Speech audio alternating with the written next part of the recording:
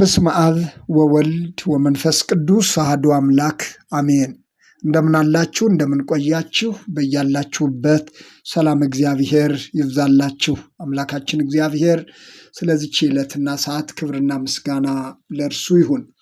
አንድ ሃይማኖት የሐዋርያው የጳውሎስ መልእክት ወደ ኤፌሶን ሰዎች ምዕራፍ 4 ቁጥር 5።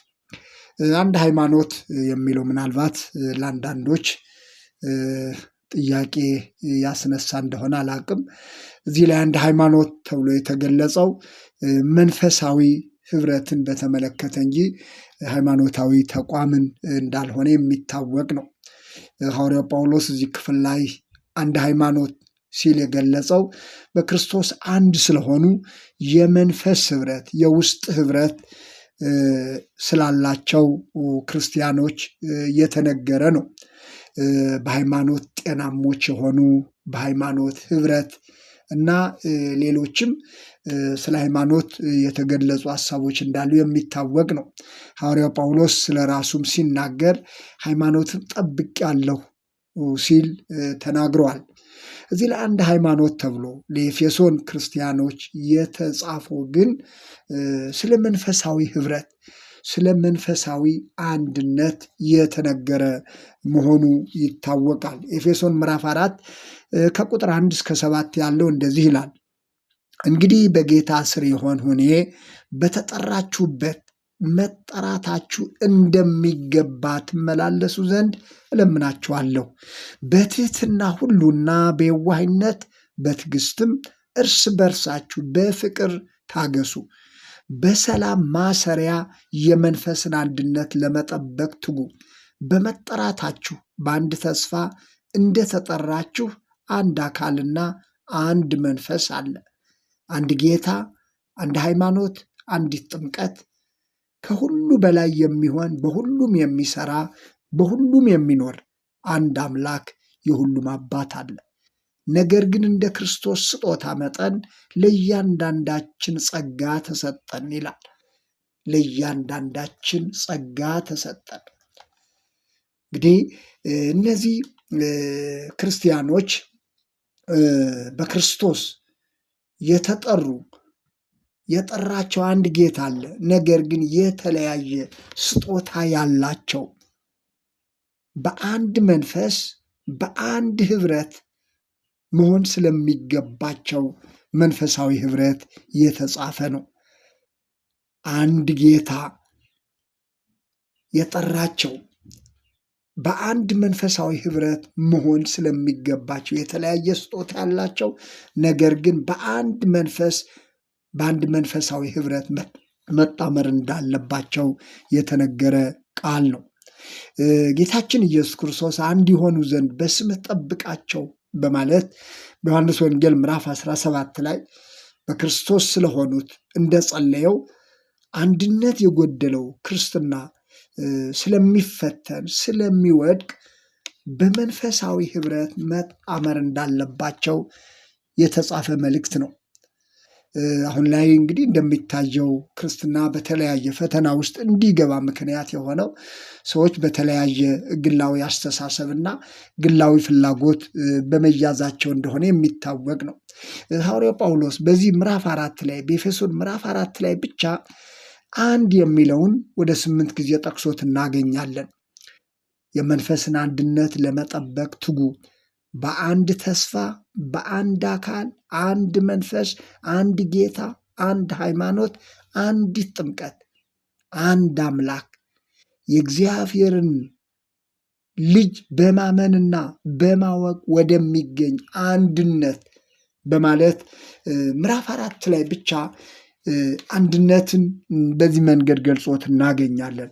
ስለዚህ ሐዋርያው ጳውሎስ አንድ ሃይማኖት አንድ ጌታ በማለት የጠቀሰው በአንድ እውነተኛ ሃይማኖት በአንድ የክርስቶስ ህብረት ውስጥ ያሉ ነገር ግን እውነተኛ ሃይማኖትን ከምልልስ ጋር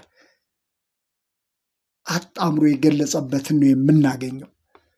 ምዕራፍ 4 ላይ ሃይማኖትን ከመንፈሳዊ ስነ ምግባር ጋር ሃይማኖት ሚለውን ብቻ ሳይሆን ስነ ምግባርን ጭምር ነው ሐዋርያው ጳውሎስ በኤፌሶን መልእክት ላይ ገልጾት የምናገኘው።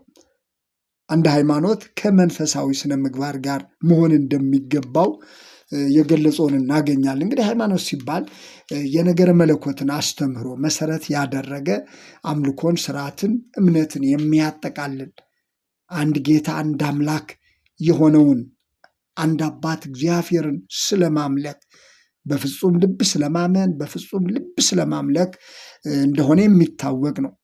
ስለዚህ ሐዋርያው ጳውሎስ አንድ ሃይማኖት ሲል እግዚአብሔር ታማኝ አምላክ መሆኑን በፍጹም ልባቸው አምነው በክርስቶስ ስለሆኑ በቃሉ እውነት ላይ ስለተመሰረቱ ክርስቲያኖች የጻፈው መልእክት መሆኑ የሚታወቅ ነው።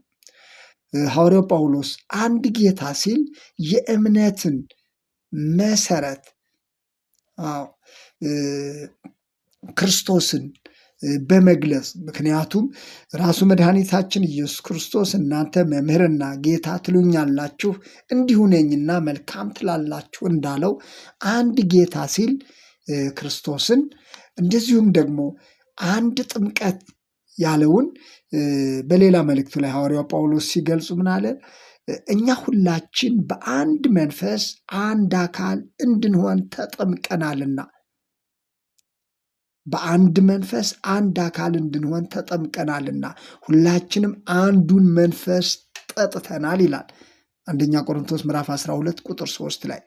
አንድ ሃይማኖት በዚህ ክፍል ላይ የአንድነትን መንፈስ በአንድ መንፈስ የተጣመሩ ሲቀጥል ምዕራፍ 1 ቁጥር 18 ላይ ሐዋርያው ምንድን ነው የሚለው? ኤፌሶን ምዕራፍ 1 ቁጥር 18 ላይ በእርሱ ስራ ሁላችን በአንድ መንፈስ ወደ አብ መግባት አለንና ይላል። በአንድ መንፈስ ወደ አብ መግባት አለንና መማን በእርሱ ስራ በክርስቶስ ስራ በአንድ መንፈስ ወደ አብ መግባት አለንና ኤፌሶን ምዕራፍ 1 ቁጥር 18 ላይ። እዚህ ላይ እንግዲህ አንድ ሃይማኖት በሚለው እግዚአብሔር አብ፣ እግዚአብሔር ወልድ፣ እግዚአብሔር መንፈስ ቅዱስ የተገለጡበት በእርሱ ስራ በክርስቶስ የሆነውን የአንድ አባት የእግዚአብሔር ልጆች እንደሆን ሁላችንንም በሚወክል ሁኔታ ሐዋርያው ጳውሎስ አንድ ሃይማኖት አንድ ጥምቀት የሚለውን በእግዚአብሔር አብ፣ በእግዚአብሔር ወልድ፣ በእግዚአብሔር መንፈስ ቅዱስ አንድነት ውስጥ ያለውን መንፈሳዊ ህብረት ጭምር ነው የሚገልጸው። አንድ ሃይማኖት የሚለው በክርስቶስ ያሉትን የክርስቶስ ወገኖች ሁሉ የሚያጠቃልል መልእክት ነው። ስለዚህ አንድ ሃይማኖት የተባለው ከራስ የሚጀምር መሆኑን ወደ መንፈሳዊ ህብረት ወደ አንድ መንፈሳዊ ህብረት ወደ አንድ ሃይማኖት ለመምጣት ሐዋርያ ጳውሎስ ሁሉም የሚጀምረው ከራስ መሆኑንም እየገለጸበትን እናገኛለን። በሃይማኖት ብትኖሩ ራሳችሁን መርምሩና ራሳችሁን ፈትኑ ነው የሚለው። በሃይማኖት ብትኖሩ ራሳችሁን መርምሩ ራሳችሁንም ፈትኑ። ሁለተኛ ቆሮንቶስ ምዕራፍ 13 ቁጥር 5። ወደ መንፈሳዊ ህብረት ወደ ሃይማኖት አንድነት የሚያሰባስበው መጀመሪያ ከራስ የሚጀምር ሃይማኖት የሚለው ከግል ህይወት የሚጀምር መሆኑን እንገነዘባለን። በዘመናችን እንግዲህ በመግቢያ ላይም እንደገለጽኩት ሰዎች ሃይማኖት ሲባል ተብሎ ብሎ ወደ ሃይማኖታዊ ተቋም ነው እይታቸውን የሚያዞሩት። ነገር ግን እውነተኛ ሃይማኖት የሚባለው ከግል መንፈሳዊ አኗኗር ከግል መንፈሳዊ ህይወት የሚጀምር መሆኑንም መገንዘብ ያስፈልጋል። ይሁዳ በመልእክቱ እንደገለጸው እናንተ ግን ይላል ወዳጆች ሆይ ከሁሉ ይልቅ በተቀደሰ ሃይማኖታችሁ ራሳችሁን ለማነጽ እየተጋችሁ በመንፈስ ቅዱስም እየጸለያችሁ ወደ ዘላለም ህይወት የሚወስደውን የጌታችንን የኢየሱስ ክርስቶስን ምሕረት ስትጠባበቁ በእግዚአብሔር ፍቅር ራሳችሁን ጠብቁ ይላል። ከሁሉ ይልቅ በተቀደሰ ሃይማኖታችሁ ራሳችሁን ለማነጽ እየተጋችሁ አለ። በእግዚአብሔር ፍቅር ራሳችሁን ጠብቁ። ስለዚህ ሃይማኖት ሲባል ከራስ የሚጀምር ነው። በተቀደሰ ሃይማኖታችሁ እንግዲህ በተቀደሰ ሃይማኖታችሁ ሲል የረከሰም እንዳለ የሚያስረዳ ነው። በተቀደሰ ሃይማኖታችሁ ራሳችሁን ለማነጽ ትጉ፣ እንደገና ደግሞ ራሳችሁን ጠብቁ። መንፈሳዊ ህብረት ለማድረግ መጀመሪያ ሁኔታዎች ከግል ይጀምራሉ። በዚሁ ምዕራፍ ውስጥ ይሁዳ ሲናገር ምንድን ነው የሚለው? ቀደም ብዬ የጠቀስኩት ይሁዳ ምዕራፍ 1 ነው ያለው፣ ቁጥር 20 እና 21 ላይ ነው። እንደገና ደግሞ በዚሁ ምዕራፍ ውስጥ ምንድን ነው የሚለው? የረከሰ አኗኗር የሚኖሩ ሰዎች እንዳሉ ይሁዳ ይገልጻል። ስጋውያንና ኃጢአተኞች መሆናቸውን፣ ስጋውያን በኃጢአተኛነትና እንደገዛ ምኞታቸው የሚመላለሱ እንዳሉ ከገለጸ በኋላ እናንተ ግን በተቀደሰ ሃይማኖታችሁ ራሳችሁን ለማነጽ ትጉ ይላል። እንግዲህ በአንድ ምዕራፍ ውስጥ ስጋውያን ኃጢአተኞች እንደገዛ ምኞታቸው የሚመላለሱ እንዳሉ ከገለጸ በኋላ እናንተ ግን በተቀደሰ ሃይማኖታችሁ ራሳችሁን ለማነጽ ትጉ፣ በእግዚአብሔር ፍቅር ደግሞ ራሳችሁን ጠብቁ ነው የሚለው። ስለዚህ ወደ መንፈሳዊ አንድነት፣ ወደ አንድ ሃይማኖት የሚያደርሰን ከግል ህይወት የሚጀምር መንፈሳዊ እውነት፣ መንፈሳዊ ህይወት ነው። ይሁዳ ቁጥር 3 ላይ ደግሞ ምን አለ? ለቅዱሳን አንድ ጊዜ ፈጽሞ ስለተሰጠ ሃይማኖት ይላል። ለቅዱሳን አንድ ጊዜ ስለተሰጠ ሃይማኖት። እንግዲህ ቅዱሳን የተባሉት እነማን ናቸው የሚል ካለ በክርስቶስ ያለን ሁላችንንም በክርስቶስ ያመን በተቀደሰ ሃይማኖት ውስጥ ለመኖር ራሳችንን ያዘጋጀን ሁላችንንም የሚመለከት ነው። አንድ ሃይማኖት የተባለው እነዚህን ሁሉ ሰብስቦ የያዘ በመንፈሳዊ ህብረት አንድ የሆኑ በተቀደሰ ሃይማኖት የሚመላለሱ ክርስቶሳውያንን ሁሉ ይመለከታል። በዚህ አንድነት ህብረት መኖር እንደሚገባ አንዲት ቤተ ክርስቲያን የተባለችው እነዚህን በመንፈሳዊ ህብረት በመንፈስ አንድነት የሚኖሩ ክርስቲያኖችን የሚመለከት ነው። ይህ መንፈሳዊ ህይወት፣ ይህ መንፈሳዊ አንድነት ከግል የሚጀምር መሆኑን ሁላችንም ልንገነዘብ ያስፈልጋል።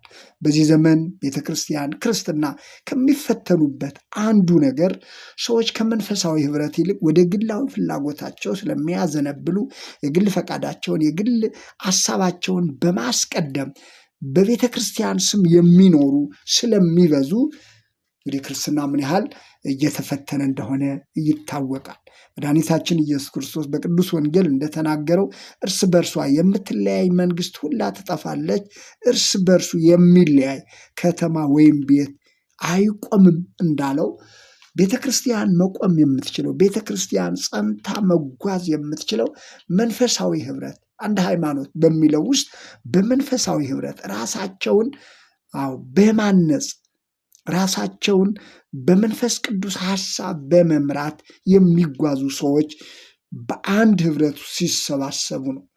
የሃይማኖት አንድነት መንፈሳዊ ህብረትን መሰረት ያደረገ መሆኑን ከቃላት ከልማዳዊ አነጋገር ሃይማኖት በሚል ብቻ እንደምንናገረው ሳይሆን በቃሉ እንደተገለጹ፣ በይሁዳ መልእክት እንደተገለጸው፣ ሐዋርያው ጳውሎስ በኤፌሶን መልእክት ላይ እንደገለጸው ይህ መንፈሳዊ ህብረት የሚያድገውና ይህ መንፈሳዊ ህብረት የሚጠበቀው ሰዎች እያንዳንዳቸው ለመንፈሳዊ ህብረት ለእውነተኛ እምነት ራሳቸውን ሲያዘጋጁ ነው።